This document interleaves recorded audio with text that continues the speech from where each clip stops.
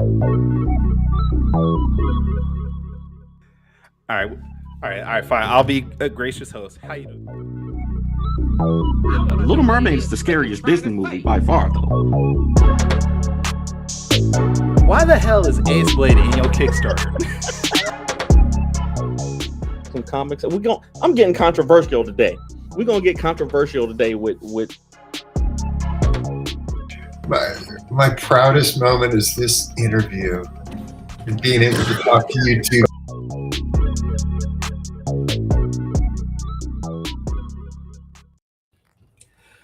Ladies and gentlemen, boys and girls, children of all ages, Taurus Comics in collaboration with Fourth Wall Production brings to you the 54th episode of the Four Tales podcast. I'm your host, Kyrun Silva from Taurus Comics. Across the way is the vivacious scripter of Ace Blade, Danny J. Quick, and together we are your two award-winning blurred comic creators here to help you find your next favorite comic. Please stop dancing, damn it. We are live on Facebook, Twitter, Twitch, YouTube, and a host of other programs. So if you are listening or watching us live, thank you for your support because you get to see Danny do the robot right now. And all your positive reviews and interactions help us reach a bigger and brighter audience. God, that was horrendous, man. my only goal during the intro is to mess you up.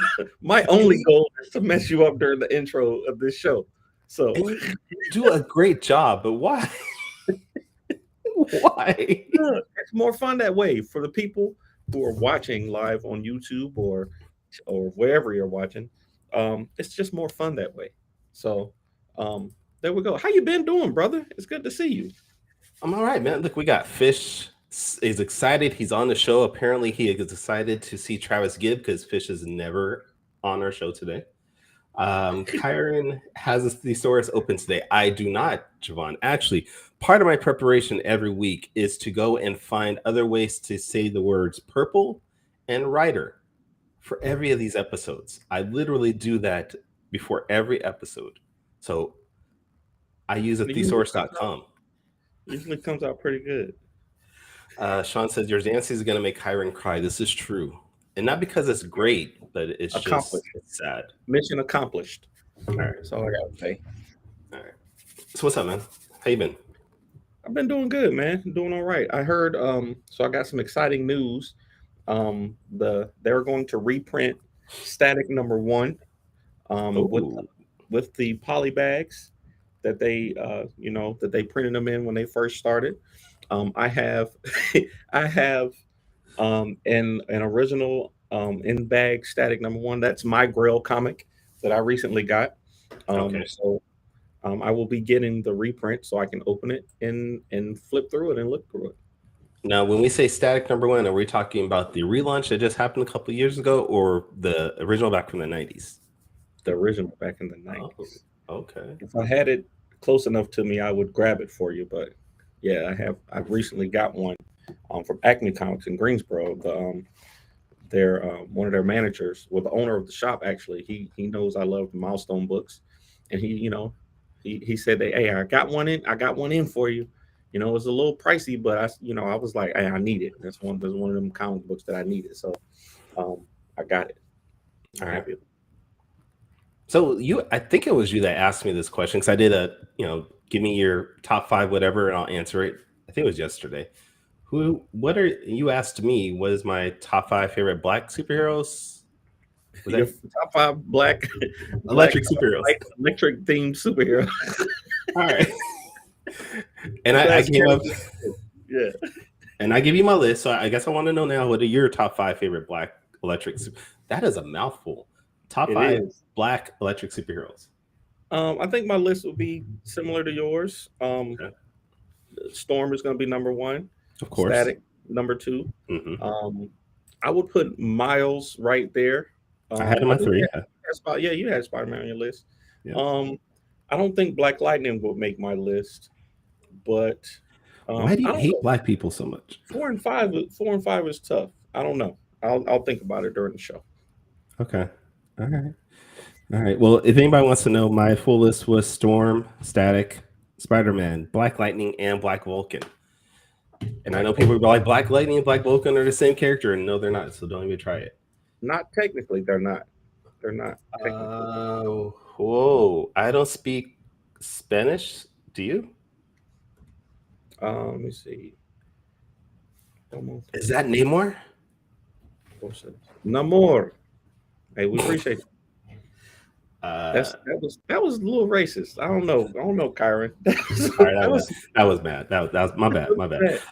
How the hell does Black Lightning not make your list, Danny?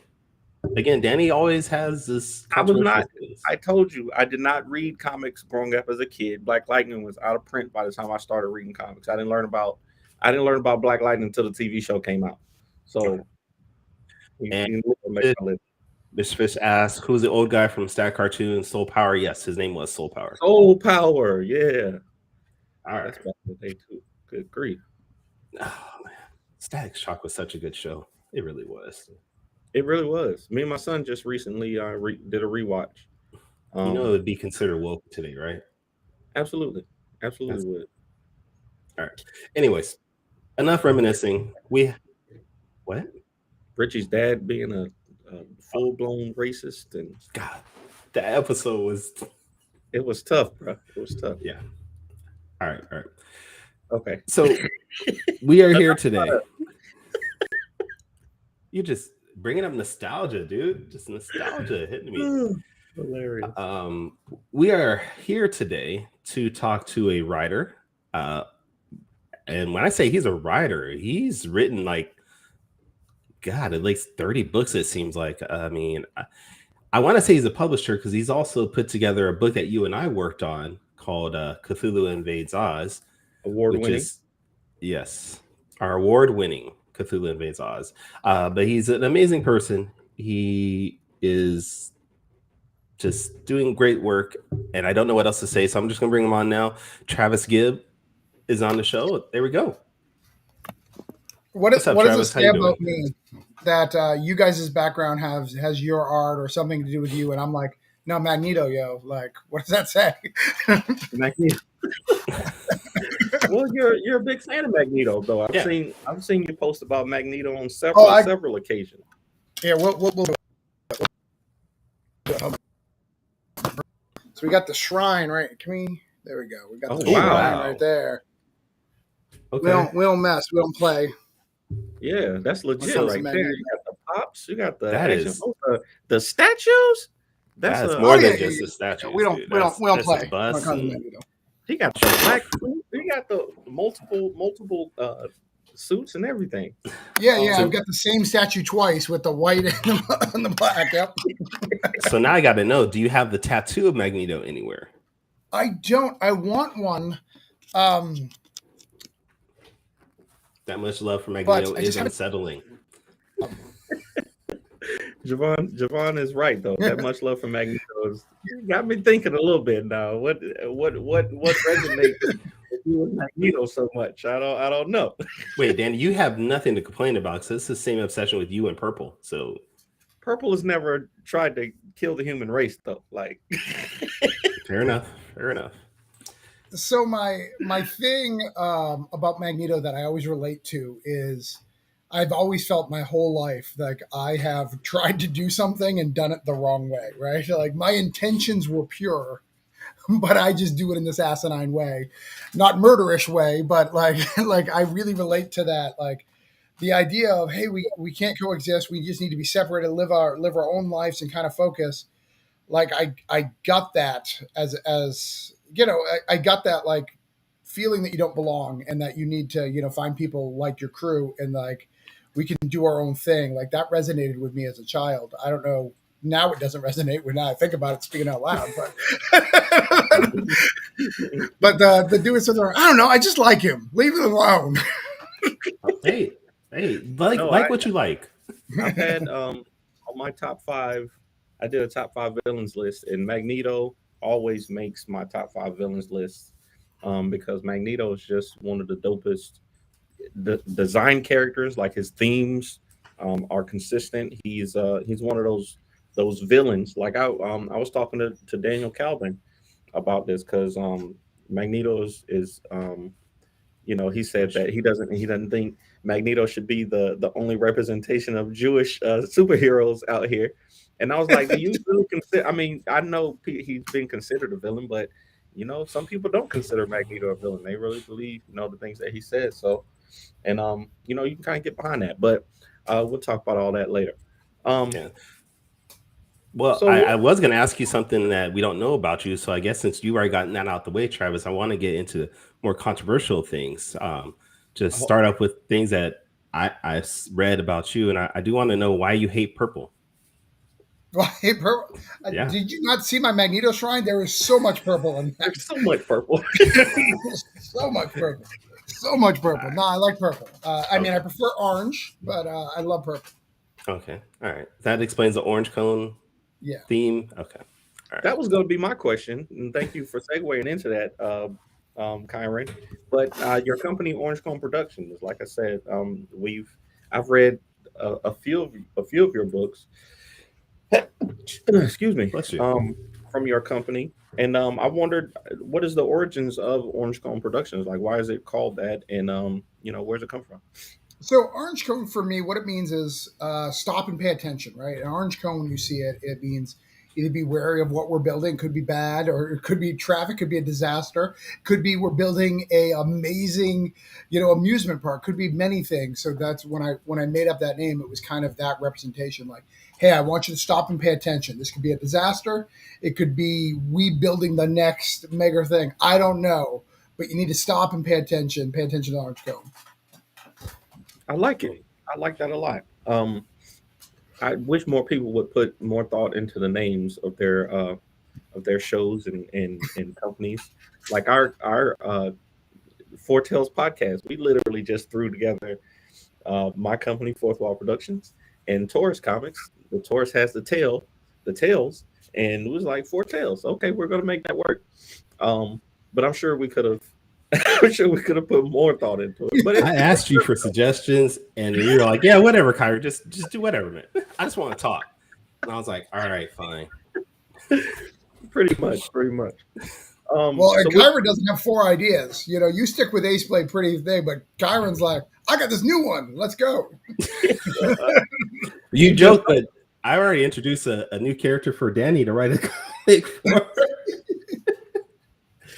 I gave him 2 actually characters, and Kyrun is actually drawing a book that you just don't know. I got so many ideas in the Google Drive. It's ridiculous. But yes, I try to stay consistent, try to stay on brand with the purple and Ace Blade.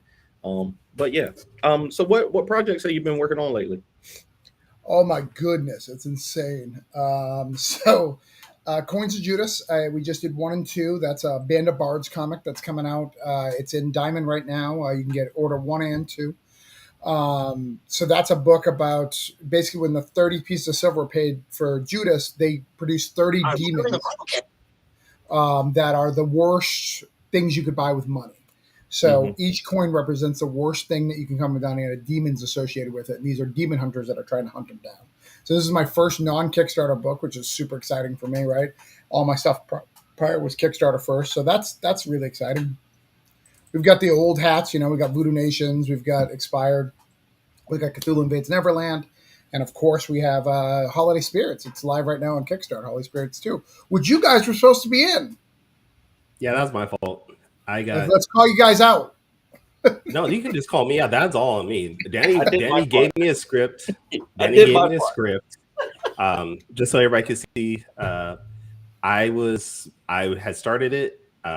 Showing the picture of Holiday Spirits, the cover for it right now, just so anybody wants to know. But Danny gave me a script from an idea that I had, and I was ready to do this, and just too many things happened in my life at that time. Had my wife's grandfather passed away. We had lost our dog. My grandmother died. Like, this is all in the span of like 3 months. So I was like, dude, I can't deal with nothing right now. But yeah, I was excited for Holiday Spirits. I really was, because this is not the first time you've done Holiday Spirits, right? Correct. Yeah, this is the second one, and hopefully you guys can finish that and be in the third one, because we are going to do one next year as well. It's going to be an annual that we do every year. But yeah, this is the second volume. We try to get some of the up and coming talent to be part of it and produce spooky tales.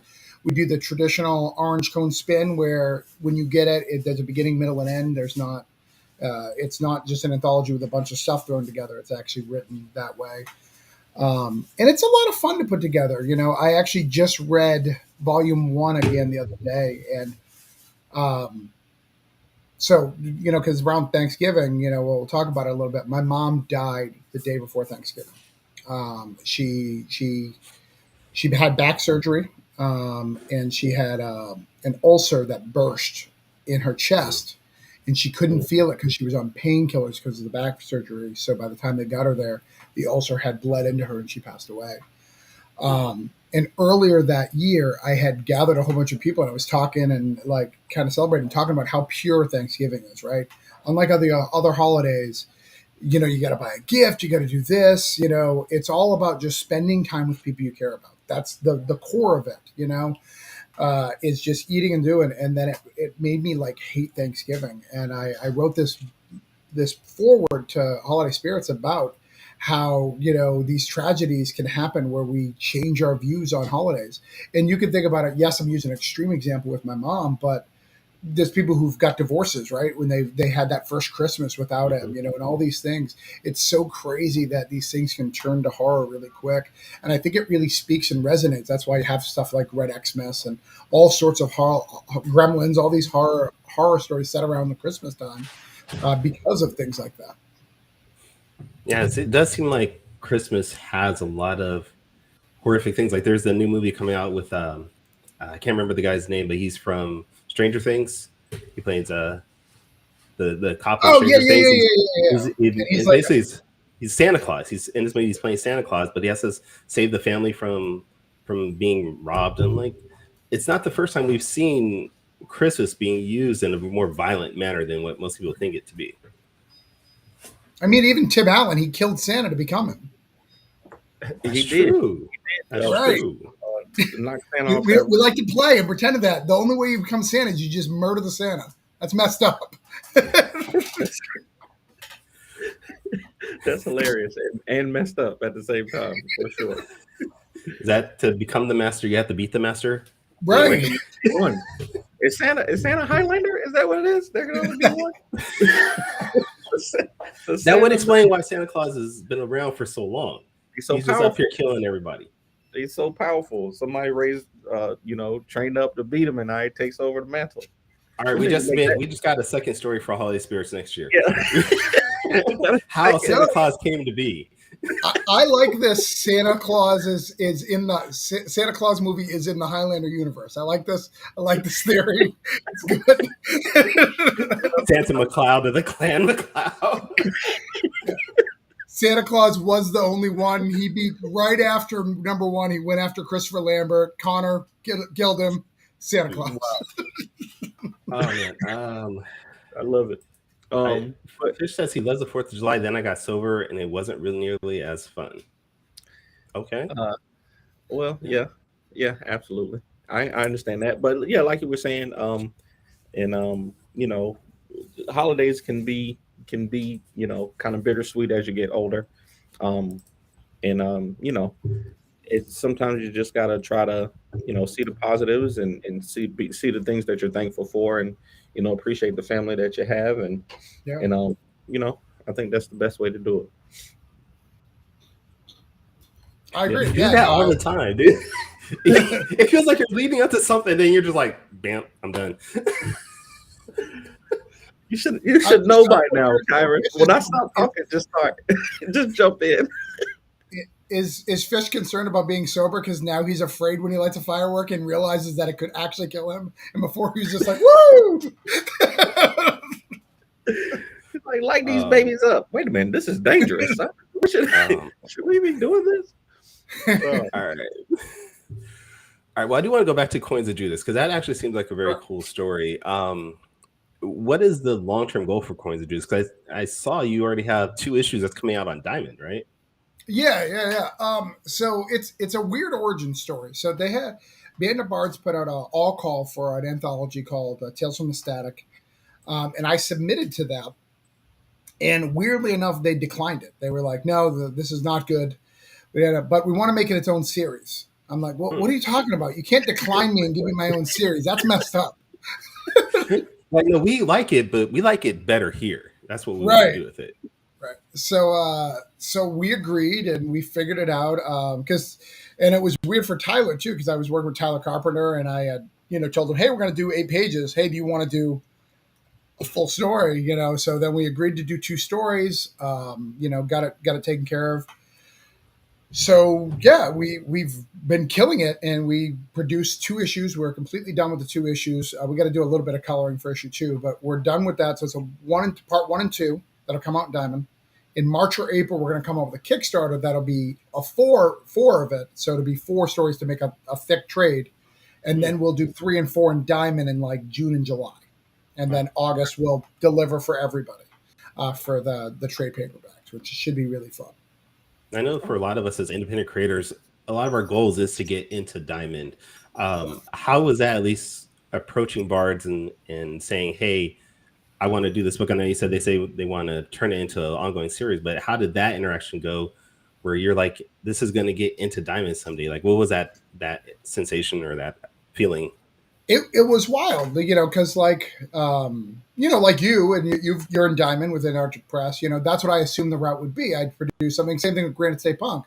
I make something, and then someone's like, "Hey, I'll on it. We'll get some more money for it." Kind of the way us Kickstarter creators. We do as much as we can. Someone will put their label on it, and then they'll get the share of the money, even though you do all the work. That's just the way it works. So it was really interesting to get, someone go, I want you to do the series. We want to, Band of Bards paid me for the series. Like it's a paid gig. They paid us to make it. Nice. And that they believed in us and thought that this series had legs and that we could do some stuff. And that's wild. And it's so hard, guys. Like Diamond, I craved Diamond for so long. And now that I'm kind of here, it's so exhausting. Kickstarter's way better, because you can just be done. When I'm done, I'm going to go on Kickstarter. Whenever I feel I'm ready, I'm just going to launch my Kickstarter. Diamond doesn't work like that. They don't play. They're just like, here's your deadline for submissions. Here's your deadlines for orders. Here's your deadlines for covers and art and all these extra things. So I'm constantly doing that and then calling stores and saying, hey, do you want to pick up a copy from a publisher you don't know, from a creator you don't know? And trying to sell your work. It's a lot of work, but it's super fun. And I'm super excited to have my first Diamond work be original, right? It's original content that hasn't been shared with any audience yet. And I think that that's a beautiful thing. And I'm excited that Band of Bards gave me that opportunity. Absolutely. It is a beautiful thing. And I think we always have a conversation about, kind of what is an indie creator, what is an independent creator, and, what kind of separates you from being independent. And I think my main argument is that distribution part is a big part of it because of everything that you just said. Like when you get into Diamond, it's not just okay, we're in previews, so now let's the money's going to roll in. Now there's people who have to market these books, and if the audience doesn't know about it, then the stores aren't going to buy them. If the stores don't buy them, then they don't you don't get paid to do more and more books, so it's it is, like you said, it's a lot of work to reach out to stores that may or may not have ever heard of you, or store, like it's a lot better. I would imagine it's a lot easier if you got Spider-Man or if you got Batman, Sure. and you got a Batman series coming out, people are always going to want to read Batman. But like you said, if it's a new series, if it's an indie title like Ace Blade, or if it was Saw the Lightning Wielder or something, and we got our own communities of people, that's why we do well on Kickstarter. But it's not the same as introducing it to the small communities within communities, and that's a lot of work. Absolutely. Or Hotshot, yeah. Well, I mean, that's we pretend Kickstarter's an even playing field. I know it doesn't feel that way when we look at like our peers who are making like 40,000 and we're like, we 5. It doesn't feel like it's a community.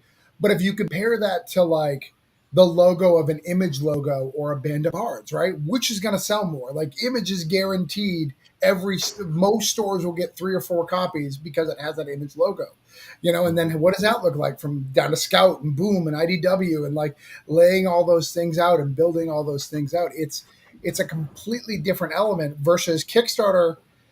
We're all on the same level. Yes, we may have different fan bases because we figured that out, but we're all in the same. We all are fighting for the same dollar from the same people, versus the Image, because if they chose not to order it, they chose not to order it because of they don't like the brand or the company or all the stuff that comes with it. So it's crazy, like with all the variables that you got to factor in just to make that book. Yeah. And that's that next level of work that you have to get to kind of make it. I want to say in the actual industry, and it's hard because, like you said, man, it's just it's just the extra work that you don't know that you have to do until you have to do it.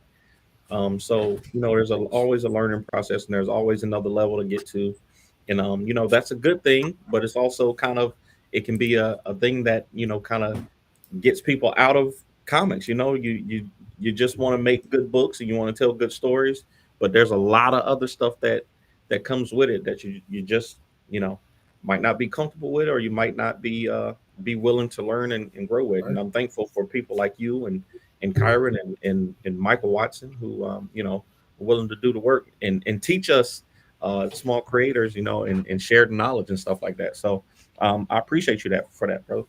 Thank you. Now, one of the things I was fascinated with when I was going over your history is that you said that you've been making comics for 19 years. Yeah. 19 years? I'm old. Well, okay, we're all old. I mean, okay, so I got to ask, what was the first book that you published in 19 years ago? It was the backup story for a book called Government Bodies. So it's a black and white indie book from a company called Across the Pond. I was in issue 3. And I did a 5-page short in it based in their universe, which was a lot of fun. I met him at a comic convention, told him my passion to be a director in film, and told him I had an interest in comics. And he said, hey, if you write me and if you get it all put together, I'll publish it. And I was like, hell's yeah. So I did. I wrote the 5 and called a friend in high school. Hey, can you draw this? And we got it. And actually, I'm very proud of that work. The artist, his name is Josh Belanger. He does a lot of covers for Image and stuff. He's a tattoo artist in New Hampshire. But I was so lucky to have like top tier art, because some people, when I look at their original work, they're just like, please don't look at it. Like, I tried to draw it myself. I only did stick figures, but no, I'm really proud of that work. I think the story is pretty solid for 5 pages. I have an edge for people. I mean, in high school, I was writing scripts and like sending them to editors and getting feedback. And so I have been doing this my whole life, writing. I've wanted to write and create my whole life. I wanted to do film originally, but I've been doing this my whole life and trying to figure out how to master storytelling. Now, in this almost 2-decade run of comics, what's the best advice that you can give anybody that wants to maybe produce their own book? Just do it. I know that sounds really sad, but like just finish it. Like I see. I don't know if we can say just do it. I think Nike sues us every time we say that. No, Nike's fighting with Kanye now. We're fine. They don't even pay attention. It's fine. They got bigger fish to fry. They'll be just fine. They got bigger problems. They got lots of problems. But I think that so many people, and you guys are probably the same way, where we have. I could name 5 creators right now who have books that are done, and they're just so scared to pull that trigger to like launch it, right? Yeah. They're like, I just need that one more cover. I need to ink it, or I need to color it, or I need to do this. Just do it, get it out there and make sure you do right. I mean, I know that sounds really crazy, but that's the key thing. And the other thing is ask. Like, if you want to just create something, don't be afraid to ask a friend who may have an anthology or a story like, hey, I'd like to do a backup for your story. The hotshot, I know Mike Watson, he did so much for the community. I just was like, hey, let me write a story for you. I didn't think that story would be anything, but he was like, oh, I'm going to make it an issue. And we're going to make it issue 14, and let me create a character for you. Like, don't be afraid to ask your friends and peers who are doing this to help contribute. I think any of us would be like, all right, I can give you 4 pages, but here's the criteria, here's the stuff. We can make these things work. And I think we want to help people get to that next level. And when Travis says don't be afraid to ask, he's truly honest about that, because he asks me almost every month to write a solid lightning wielder story. I have. And I literally mean like almost every month. All right, Fish says just make comics. Yes, your first few will suck. It's okay. All your first books sucked. You get better over time. Very true. Very true. Can we talk about though Hotshot's getting a new artist? Because I saw that announcement. Like, what's that about? That's bullshit. I think you have to actually listen to Most Epic Talks, which is right after our show, in about 30 minutes, because I don't know. I'm not part of FSK yet, so I don't know the details. Danny, do you? It's probably because I wrote something. He's like, I'm not drawing Travis's shit. Like, I'm not doing that. And he's just like, we're getting to issue 14, and I need to make sure that does not happen. Like, all right, Michael Watson's in the chat. He says, I need help. Nope, not at all. I'm wearing too many hats. See? He just wants more issues. Listen, we all understand that, and that's why one of the reasons that I will never ever draw an Ace Blade comic. It will never happen. That book would take so long to come out, bruh. I would never ever. Okay, we all know that is a lie, which is why this is all why Danny has been practicing with Wally almost every week to sharpen the skills. Because about 2 years from now, you're going to see at the very least an 8-page Ace Blade story written, drawn, and colored, lettered by Danny J. Quick. I would have to start it right now to get those 8 pages done in 2 years. I promise you. But anyway, so I had a question about your Judas book and the 30 pieces of silver. Okay. Mm-hmm. So I saw a TikTok last night, and this is where all my bad stories start. I saw a TikTok last night where a young woman, she was reading some things in the Bible, and she was like, oh, there's a connection between 30 pieces of silver and the 30 shekels of silver that they used to, you could sell a slave for 30. If you sacrificed a slave for 30, you could pay for 30 shekels of silver to redeem that, that slave, and how, Judas then was paid 30 shekels of silver to betray Jesus, and then he was sacrificed for our sins. I don't know if you're a religious person, but is that this is all over my head at this point. Did you have you looked into that, or is that anything that you may have thought about when coming up with the story? I didn't think about that particular, but I was aware of that particular pastor. I actually am a pastor, believe it or not. I don't talk about it very often. I'm a marketplace minister, meaning I help businesses see that Jesus is involved in it. Like, that's what I do. I'm not like I don't preach in front of like tons of people on the regular on a Sunday, but I do that. There is a connection. There is foreshadowing in that of like sin and being bought for sin, and that like people and betray. There is a foreshadowing on that. But I didn't put that because that's way darker than I want. That's way darker than my demons is going into that stuff, Mm-hmm.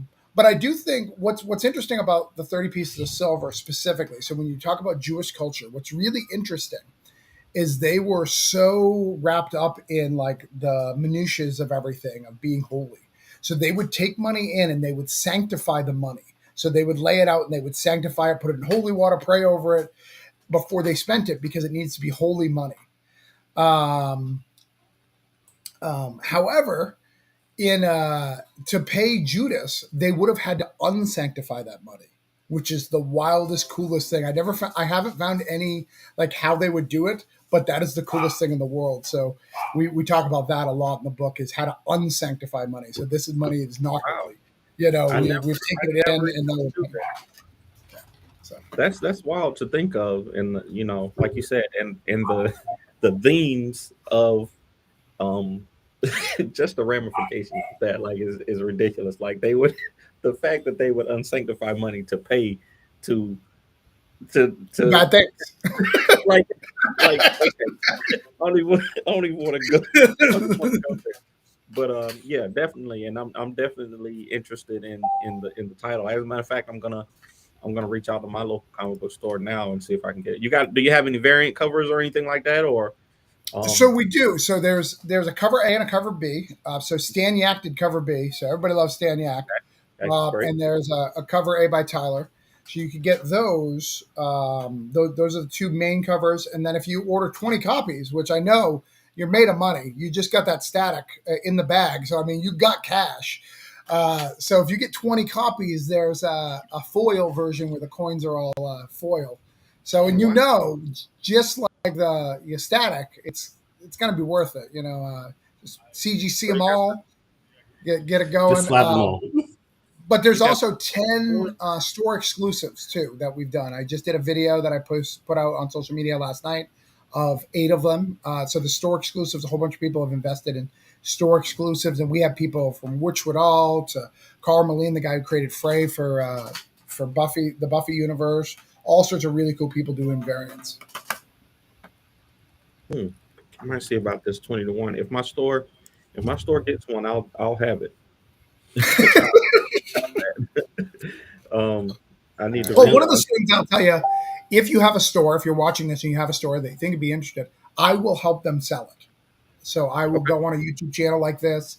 I will do whatever I can with that store to help them sell it. I don't want anybody stuck with any books of mine. I want to help you sell.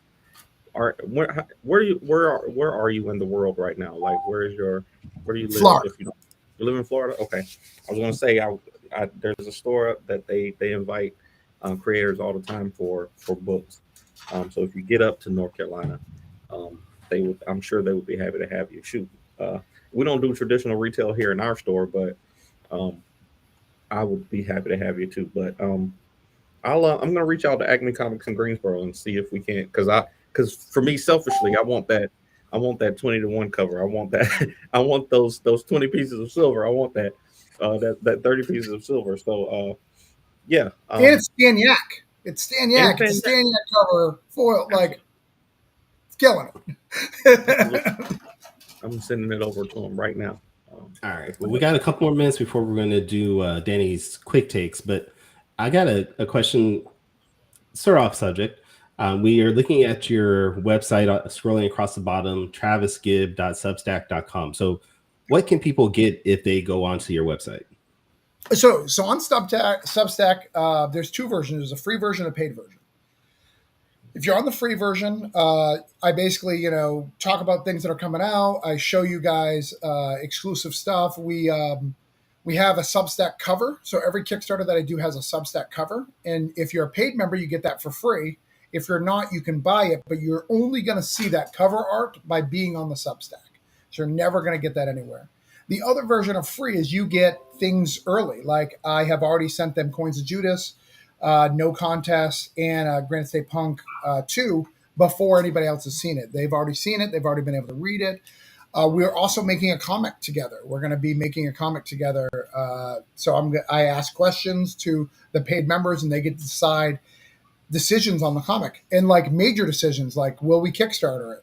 What artists are we going to hire? All the things that to make the comic, we partner with my Substack people to do it. So we have a good time. We have a great community over there.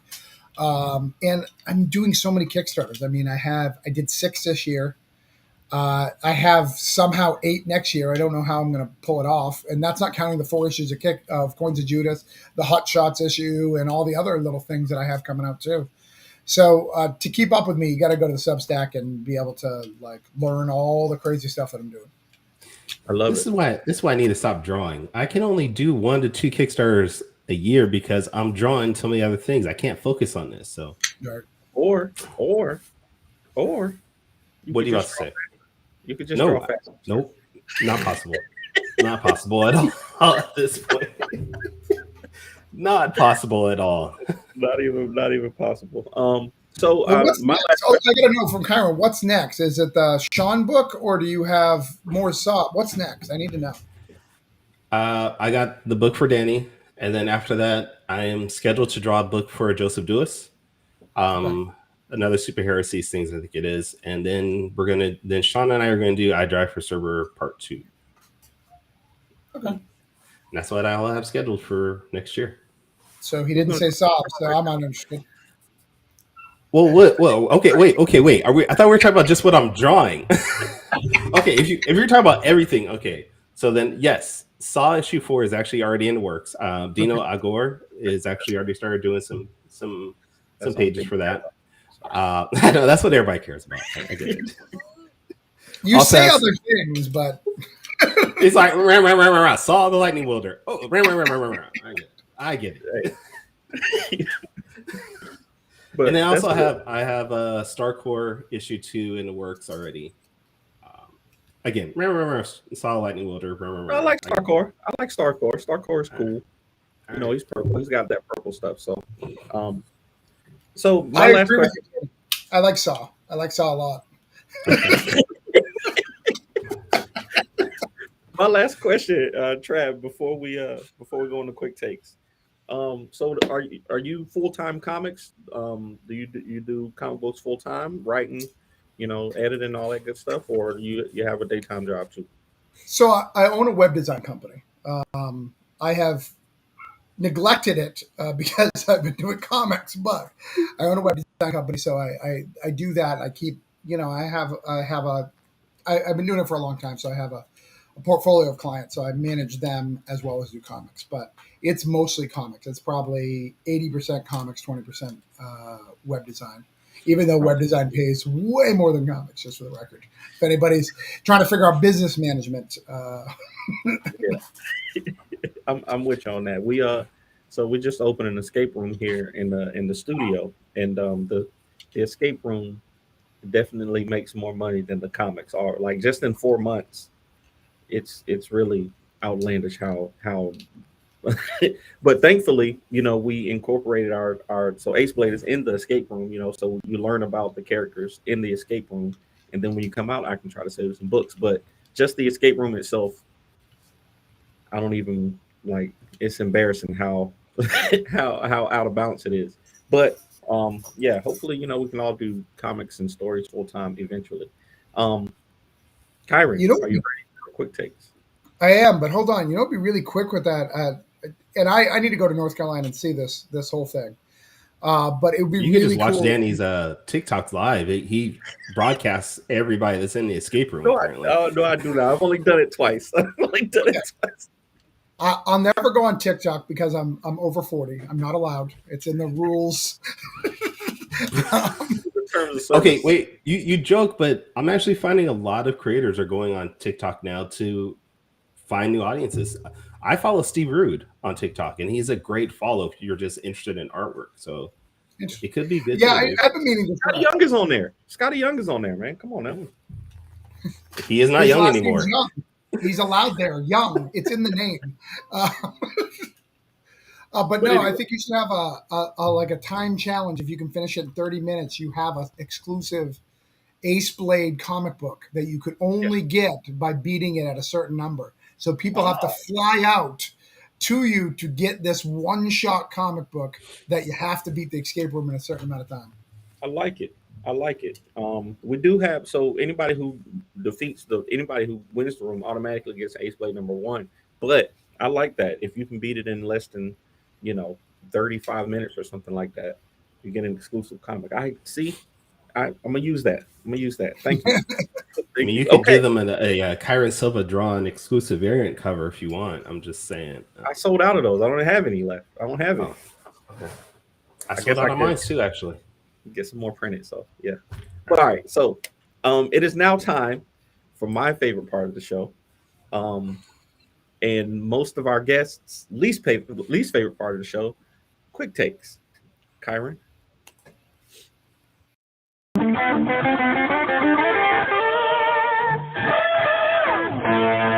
Quick takes. Oh, fish. It looks like you're being held hostage in that image. I love it. Okay, so if you've not seen the show before, Quick Takes is a rapid fire Q&A session where I ask our guests questions that I thought were interesting from stalking their social media. So I just, looked around your photos and your social media, and I was like, I got some questions. So if you're ready, we'll start with question number one, and you only have 45 seconds, and you have to answer off the top of your head. Okay. Question number one.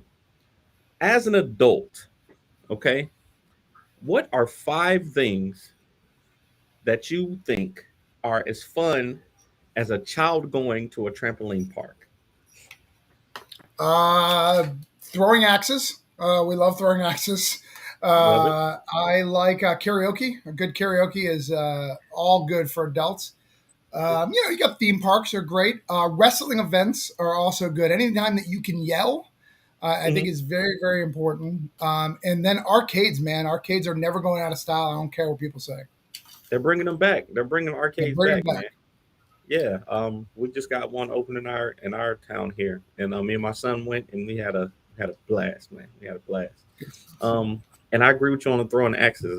Me and my wife went on a date doing that during the summer, and it was way more fun than I thought it would be. Especially when you can drink a little bit, drink a little bit. Yeah. You got a little, yeah. We had a good time. We had a good time. Okay, great answers. Great answers. Okay, number 2, and I'm sure you've gotten this question before, and I wish there was a way that we could make this into a book because I know it would sell. With your Cthulhu series, I'm sure people have asked you things like this before, but I want to know who would win, Cthulhu or Godzilla, and why. Cthulhu. Cthulhu is a god. Godzilla's just a dragon, and he'll make him crazy. So, and Godzilla is supposedly saving Japan, but the rumor are that Godzilla is a good guy. If you make him bad, like the government's going to be against him, and eventually they'll take him down. They do at the end of every movie, anyways. So. Yeah. There we go. Cthulhu for the win. Like I said, I know that if there was a way to put that into a comic book or a movie, that thing will make extreme amounts of money. But all right, cool. So, question number 3. You got a lot of stories. You got a lot of characters that you've created. You got a lot of intellectual property. So one thing that I want to know, if you had to sell or get rid of every property that you have, and you can't, oversee them or write or create for them anymore, but you only got to keep one to work on for the rest of your life, which one would you keep and why?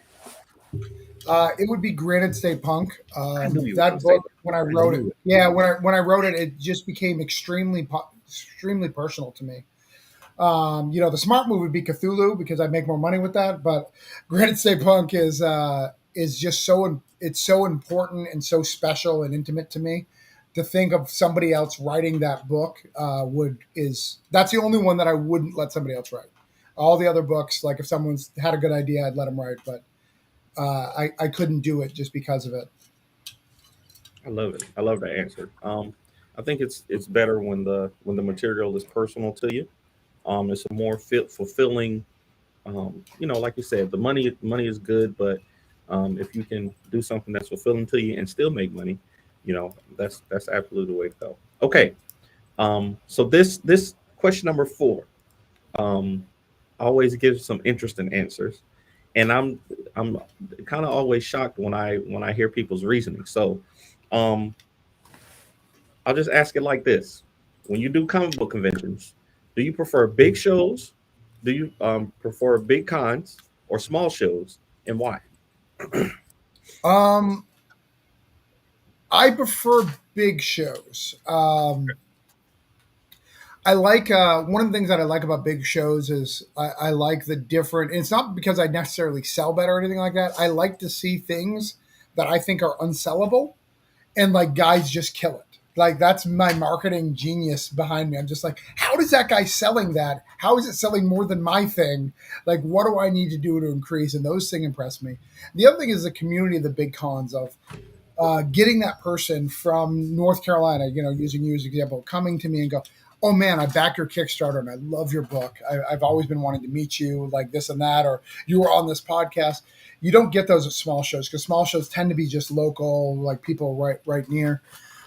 So those are why I like the bigger cons, is you get to do that. And you get to meet with people who inspire you, who do cons and shows, who are coming down to make some green, at these bigger shows. And you get to meet them and be inspired by them and tell them how much you appreciate them and talk shop and eat and all that. Absolutely. There are definitely advantages to big cons. I always caution new creators to think that they might immediately make a lot of money just because it's a big show. Usually, your Right. expenses are higher with bigger shows. Sure. And you can get more intimate with people at smaller shows. That they both have their pros and cons, but um, I got to meet Daryl Banks, during the summer, and I would be able to do that at a small show. And he signed he signed a cover that he did for us, and that's an experience that I definitely wouldn't get at a local show. So absolutely, I'm with you. Okay, uh, last but not least, I always ask our guests to give us a top five list. Well, this would be your second five list. But I want you to rank your top five mobile games, 5 to 1. Um, Off the top of your head, top five mobile games. So I do Strike Force. That's the Marvel Strike Force. That's number one for me right now. Okay. I'm really liking Snap, so that would be number two. Marvel Snap I is, know I is it should be good? going backwards, five up, but Snap is so good. I like Hearthstone. I don't play it a lot, but I like Hearthstone. I think it's a good alternative to Magic when you're doing mobile games. Trying to think what else I play. Um, Words with Friends, even though I don't play it, I don't think I do like that it exists. That people can do stuff like that. And then number five, the one I probably play the least is the new Diablo one. I like it. It just seems weird playing Diablo in this little space, but I like it. Okay. It is very confining playing in that little section. I Right, played, yeah, I played. I'm like, it doesn't give that same feel as you would playing on a computer or on a PlayStation with it. right. Solid Which list. sucks because the graphic of the story is really good, but you're just like, Fantastic. Man, I love it. Amazing list. Um, Thank you so much for doing that for us. I think we learned a little bit about you, and you know, next time we have you on, I'm gonna have some deeper, more philosophical questions for you. Now that I know you're a pastor, we're gonna make it happen. Now we got play. There we All go. right. Before we actually close quick takes, I do want to share something from one of our listeners right now, Dan Bethel. We were talking about Godzilla versus Cthulhu. He actually shared this picture that he Oh, drew Oh, years ago. And for nice. anybody that's listening, it's Cthulhu and Godzilla. They're destroying a city with the term "best friends forever," and it's a cute little drawing. I like it, dude. I like it. High fives. High fives. I love it. He I am sent that. He, concerned about what Godzilla is doing with his other hand behind the building, but we other don't than talk that, about that, all right? We don't need to talk about that. Somebody is getting messed up right now. Some building is getting messed up in a new way. yeah. But yeah, I just wanted to share. He said he drew this years ago, so apparently, yeah, you're right. People have been thinking about this for a while. yeah, yeah. I love it. Well, All you right. could do King Kong. King Kong is public domain, so you could do Kong, but you can't do Godzilla. Yeah, but I think Cthulhu King versus Kong would Kong. get destroyed, though. Like, Yeah, I don't think that'd I be don't think Kong has a chance at all. Um, no. He'd be too yeah, busy grabbing women. Damn that. In Why- today's Like day and age, Cthulhu. that sounds really bad. Honestly, you say it like that. It's what he does, man. He's just like, let hey, blonde women, where you at? And he grabs them and he brings them up on towers. I don't understand why he does it. That's what he me does. find me let me find me a young white woman. I need to. Right. King Kong was the original. Where are the white women at? Like King Kong was the original. It's like it's playing it. It's in his legacy now. You can't erase that from King Kong. God, this ended bad. This whole show ended bad. It started bad apparently with me being racist, ended with you guys being sexist. I don't know what's going on. Listen, that's not us. That's on Kong and his writers. All right. We just know what we watch. All right. Well, we only got a couple minutes because most Epic's gonna be coming along pretty soon. So, Travis, I know we got your website up right now, but where else can we maybe check out your work, get your books, things like that? You can go to orangeconeproductions.com if you want to buy any of the books. We have an online store that we sell all that stuff, but really Substack is the best way to find me. Check out Holiday Spirits if you haven't checked it out yet. We are still not at funding goal, so we still got a little bit to go. We need about 1,500 left to go. We only got 9 days to do it, so if you guys want to help out that would be great. It's a great book. A lot of great creators. We got Brian Hawkins. We've got David Galliano. We've got Stoney Williams. We've got some really, really cool people doing some awesome stuff. So definitely check it out if you have a chance. And that's about it. All right. And Danny, where can people check out your work?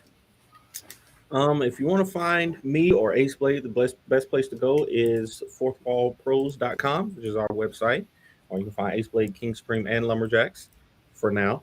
And then also if you want to find me on wait, what do you mean for also, now? if you want to find me on social media. Whoa, don't just glaze over that. What do you mean for now? Also, if you want to find me on social media at the Ace Blade, on TikTok, Instagram, Twitter. Sounds like something brewing over there for now. Twitter for now, and then everywhere else. Kyrun, where can people find you? I guess for now you can find me at tauruscomics.com. You can also find me on Twitter, TikTok, Instagram, Tumblr at Taurus Comics. And if this is your first time checking out our podcast, you can go to fourtailspodcast.com, listen to any of our past episodes. If you want to financially support us, you can buy some merch, give us a coffee, whatever you want. But check out all our episodes there, available for free at basically every podcast platform. But Travis, thank you for joining us this week. Next week, we have Danny's favorite person, the snack god, Lonzo Starr, back on the show. And this is is it penultimate? I think it might be. No, I'm thinking after this one, after next week, I think we only have one more episode for the season, man. And then we're done. Yeah. I think. I have to go back and check. But join us next time. Have some fun. Please take care of yourselves. Sayonara, goodbye. And stay on, because in a couple minutes you're gonna have Most Epic Talks on the Agents of Geekdom platform. So, stay. Have fun.